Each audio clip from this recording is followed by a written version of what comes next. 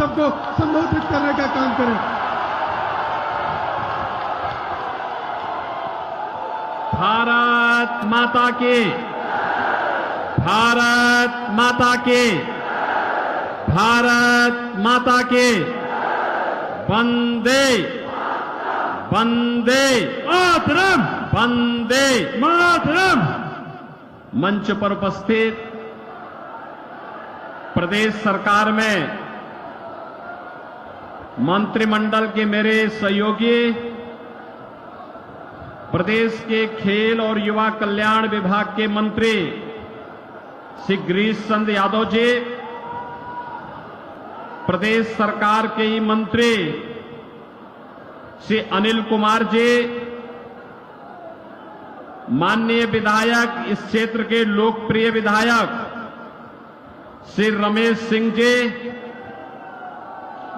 हमारे माननीय विधायकगण श्री रमेश चंद्र मिश्र जी, प्रदेश उपाध्यक्ष और एमएलसी श्री सतपाल सिंह सैनी जी, जिलाध्यक्ष पुष्पराज सिंह जी, जिला प्रभारी अशोक चौरसिया जी, लोकसभा के प्रभारी रामचंद्र मिश्र जी, संयोजक सुनील तिवारी जी, प्रभारी अमरनाथ यादव जी, पूर्व विधायक श्री सुरेंद्र प्रताप सिंह जी और लोकप्रिय प्रत्याशी श्री कृपा Shankar Singh ji, Bharatiya Janata party, Nishad party, Suheldev Rajbhar party, अपना दल और राष्ट्रीय लोक दल के हमारे सभी पदाधिकारीगण और उनके द्वारा, सभी दलों के द्वारा समर्थित जो प्रत्याशी आपके बीच में कृपा शंकर सिंह जी, दो आपके जौनपुर के जाने पहचाने चेहरे हैं। बहनों और भाइयों, बहनों और भाइयों, आज मैं आपके बीच में आया हूं जौनपुर की शाहगंज की धरती पर। मैं सबसे पहले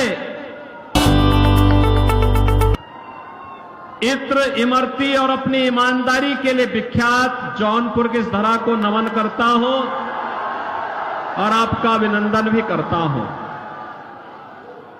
देखो, हम लोग जब करेंगे अच्छा करेंगे। आपको शाहगंज को हमने ऐसा मोटा विधायक दिया है कि विकास सरकार से भी कराता है और अपनी तरफ से भी विकास कराता है, और ऐसा ही सांसद भी देने जा रहे हैं कृपा शंकर के रूप में। नाम ही कृपा शंकर है। आपकी कृपा बन जाए और शंकर की कृपा हो जाए तो विकास को तो कोई माई का लाल रोक ही नहीं सकता है। और इसीलिए आज मैं आपके बीच में आया हूं कि इत्र की सुगंध और इमरती की मिठास के साथ साथ जौनपुर वासी देश और दुनिया के अंदर जहां कहीं गया है, अपनी ईमानदारी का विश्वास भी वहां उसने छोड़ा है। इस धरा को नमन करता हूं। आप सबका मैं हृदय से अभिनंदन करता हूं, स्वागत करता हूं। बहनों और भाइयों, लोकसभा का चुनाव 4 चरणों का संपन्न हो गया है। कल 5वां चरण है और छठे चरण में आपको ही मतदान करना है। लेकिन पहली बार है 4 जून को क्या होने जा रहा है, दुनिया भी और देश भी इस बारे में पहले से ही अनुमान लगा चुका है। परिणाम के बारे में निश्चिंत है, और परिणाम क्या होने जा रहा है कि फिर एक बार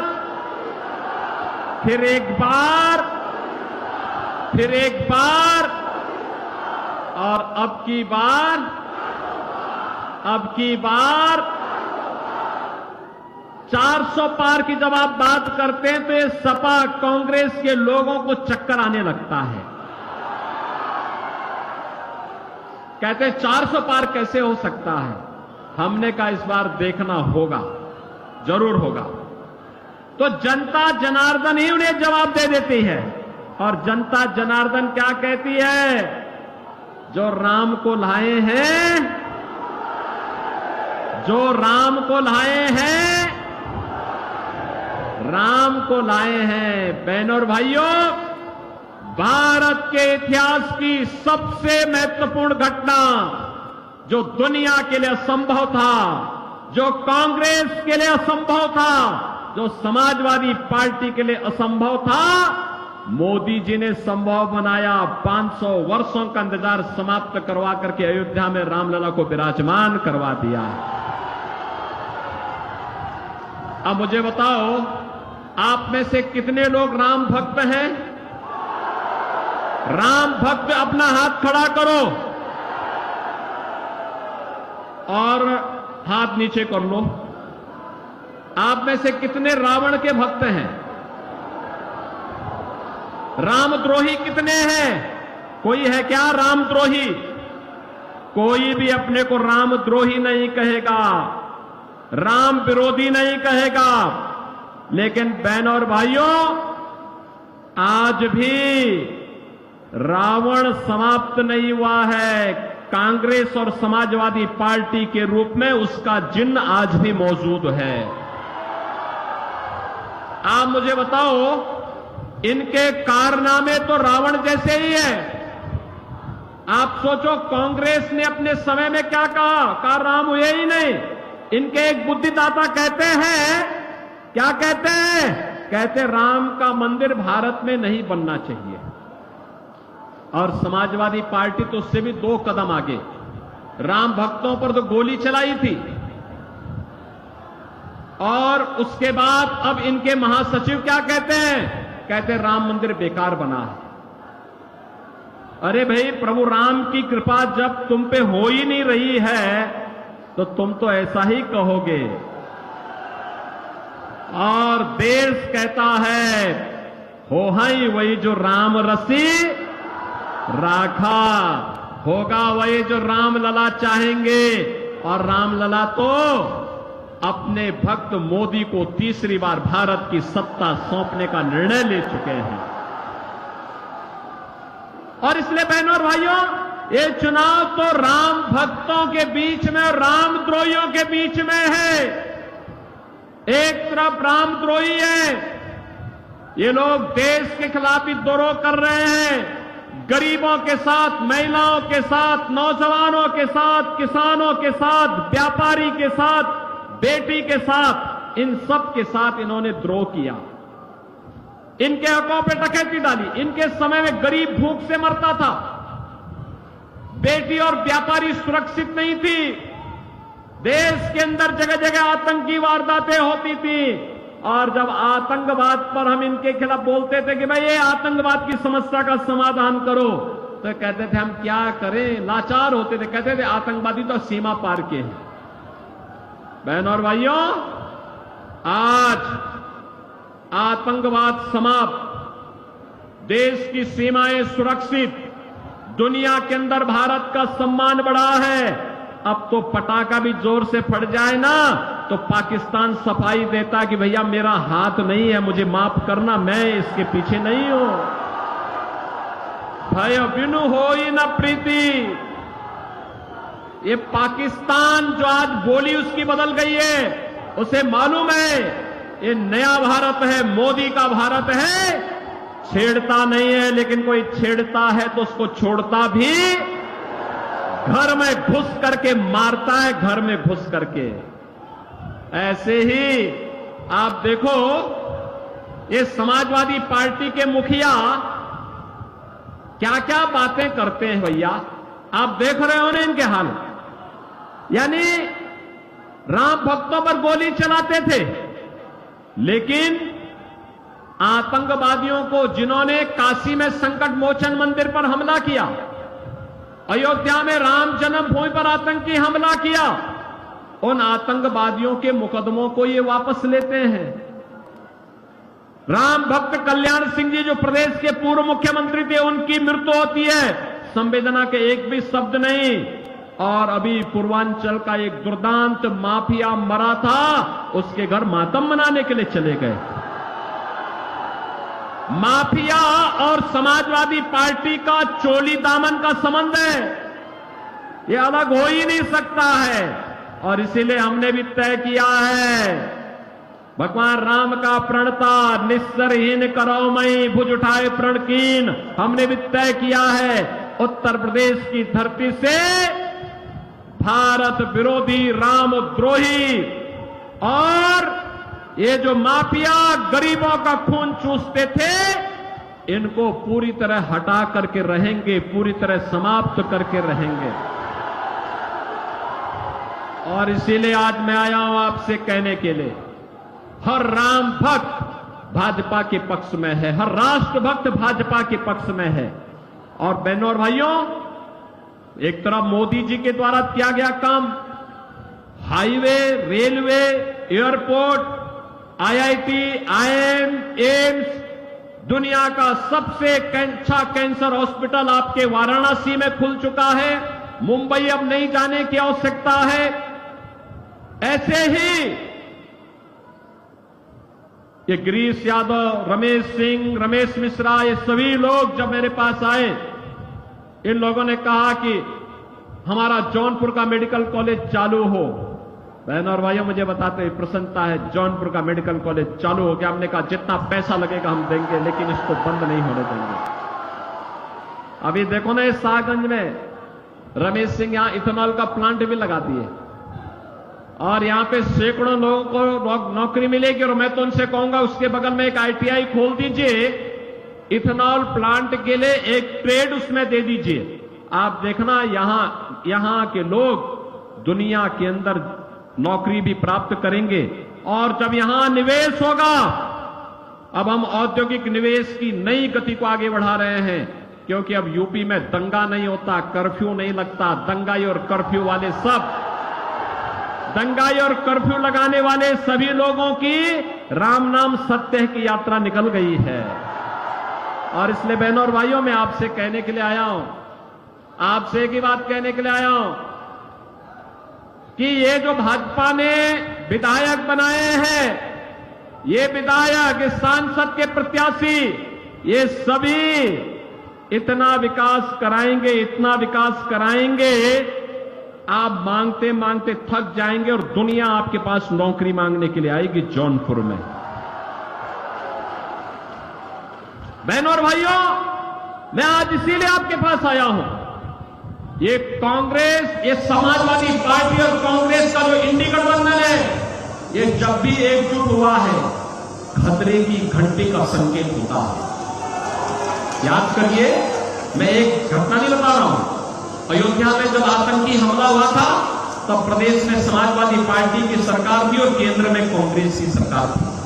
जब संकट मोचन मंदिर पर आतंकी हमला हुआ था, तब भी ये दोनों लोग सरकार में थे।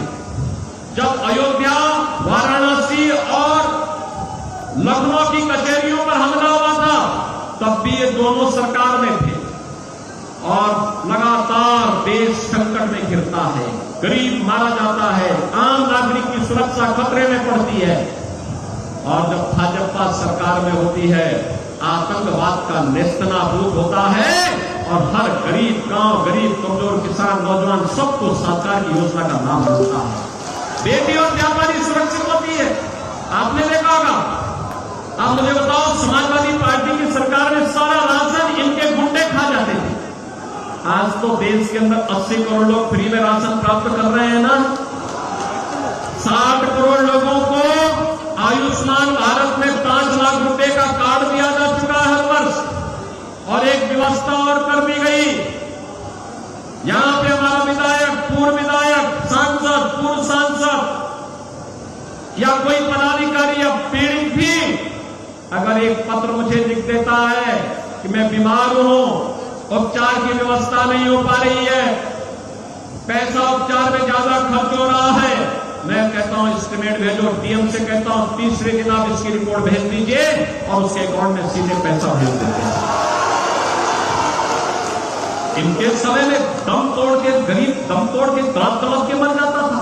कोई पुरसा हल नहीं था, कोई पुरसा हल नहीं था। 12 करोड़ किसान सम्मान निधि का लाभ प्राप्त कर रहे हैं। 12 करोड़ गरीबों के घर में शौचालय बन गए हैं। 10 करोड़ गरीबों के घर में रसोई गैस का सिलेंडर पहुंच गया है। और हमने तो व्यवस्था की है, दाल ही नहीं तड़के वाली दाल देंगे। अब तो हमने व्यवस्था की है, होली और दीपावली को फ्री में रसोई गैस का सिलेंडर, भरा हुआ सिलेंडर दे रहे हैं। 4 करोड़ गरीबों के मकान बन गए। और मोदी जी ने घोषणा की है 70 वर्ष से ऊपर के जितने भी गरीब होंगे, जितने भी बुजुर्ग होंगे, जो भी होगा बुजुर्ग, उसको हर वर्ष 5 लाख रुपए स्वास्थ्य बीमा का मिलेगा, स्वास्थ्य के लिए फ्री में उपचार। और बाकी जितने गरीब मकान के लिए बचे होंगे, अभी से सूची तैयार करिए, हो सबको एक एक मकान मिलेगा। नल भी है, हर घर में नल भी है और नल में जल भी आ रहा है। इसकी व्यवस्था भी पुख्ता कर दी गई है। और इसलिए बहनों और भाइयों, हम सब आपके बीच आए हैं। ये कांग्रेस और समाजवादी पार्टी एक खतरनाक मंशा से आपके बीच आई है। इनकी खतरनाक मंशा सुने क्या? ये है सबसे पहले इनकी, अब देखो ये नारे लगाते हो, झूठ बोलते हैं बहुत। जनता इनके असलियत जान चुकी है, बार बार ठुकरा चुकी है, बार बार हरा चुके। 14, 17, 19, 22 बार बार जनता जनार्दन को जवाब दे चुकी है। और अब तो एक खतरनाक मंशा के साथ ये लोग आए हैं। खतरनाक मंशा क्या है इनका? ये लोग राहुल गांधी से जब पूछा गया कि गरीबी के लिए क्या करेंगे, तो कहते हैं, राहुल गांधी क्या कहते हैं गरीब में एक झटके में गरीबी हटा दूंगा। कहा कैसे? कहा कि हर व्यक्ति की संपत्ति का सर्वे कराऊंगा। और संपत्ति का सर्वे करा के क्या करेंगे?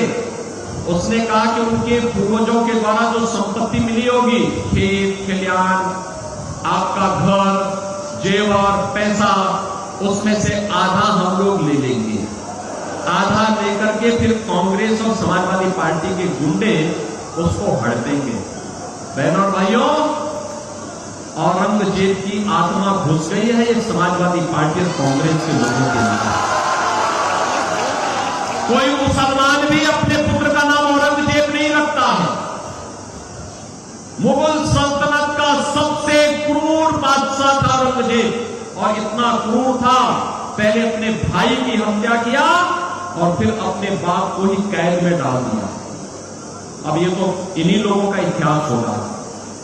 लेकिन भारतीय जनता पार्टी अब औरंगजेब की आत्मा को जीवित नहीं होने देगी। वो दफन की जा चुकी है, दोबारा उसको जीवित नहीं होने देगी। ये जजिया कर जो लगाना चाहते हैं, विरासत टैक्स के आधार पर आपकी संपत्ति को हड़पना चाहते हैं, इसको नहीं हड़पने देंगे। एक दूसरा, अनुसूचित जाति, जनजाति और पिछड़ी जाति के आरक्षण पर सेंध लगाना चाहते हैं। कांग्रेस ने और समाजवादी पार्टी जब इन्हें समर्थन कर रही थी, तब इन्होंने शरारत की थी, भाजपा ने विरोध किया। कर्नाटका में इनकी सरकार है, आंध्र में जब इनकी सरकार थी, तब भी इन्होंने वहां पर पिछड़ी जाति के आरक्षण का अधिकार मुसलमानों को दे दिया। क्या आप ये स्वीकार करेंगे? क्या ये स्वीकार करेंगे? क्या बहनों और भाइयों, कतई नहीं। बाबा साहब भीमराव अंबेडकर ने कहा था कि धार्मिक आधार पर आरक्षण भारत के विभाजन की नींव पैदा किया था। हम दोबारा धार्मिक आधार पर आरक्षण नहीं होने देंगे। अनुसूचित जाति, जनजाति और पिछड़ी जाति को मिलने वाला आरक्षण मिलेगा, महिलाओं को मिलने वाला आरक्षण मिलेगा। लेकिन कोई मुसलमान ये चाहता है कि मुस्लिम होने के कारण उसको आरक्षण मिले, कभी नहीं मिलेगा, कभी नहीं मिलेगा। हिंदुओं का आरक्षण कभी कोई नहीं ले जा सकता। और इसलिए आज मैं आपके पास आया आपसे कहने के लिए, भारतीय जनता पार्टी ने कृपा शंकर जी को आपको बीच में उतारा है। नाम ही कृपा शंकर है। आपकी कृपा हो जाएगी तो शंकर की कृपा स्वयं ही जौनपुर में हो जाएगी। सहमत है ना? सभी लोग सहमत है ना?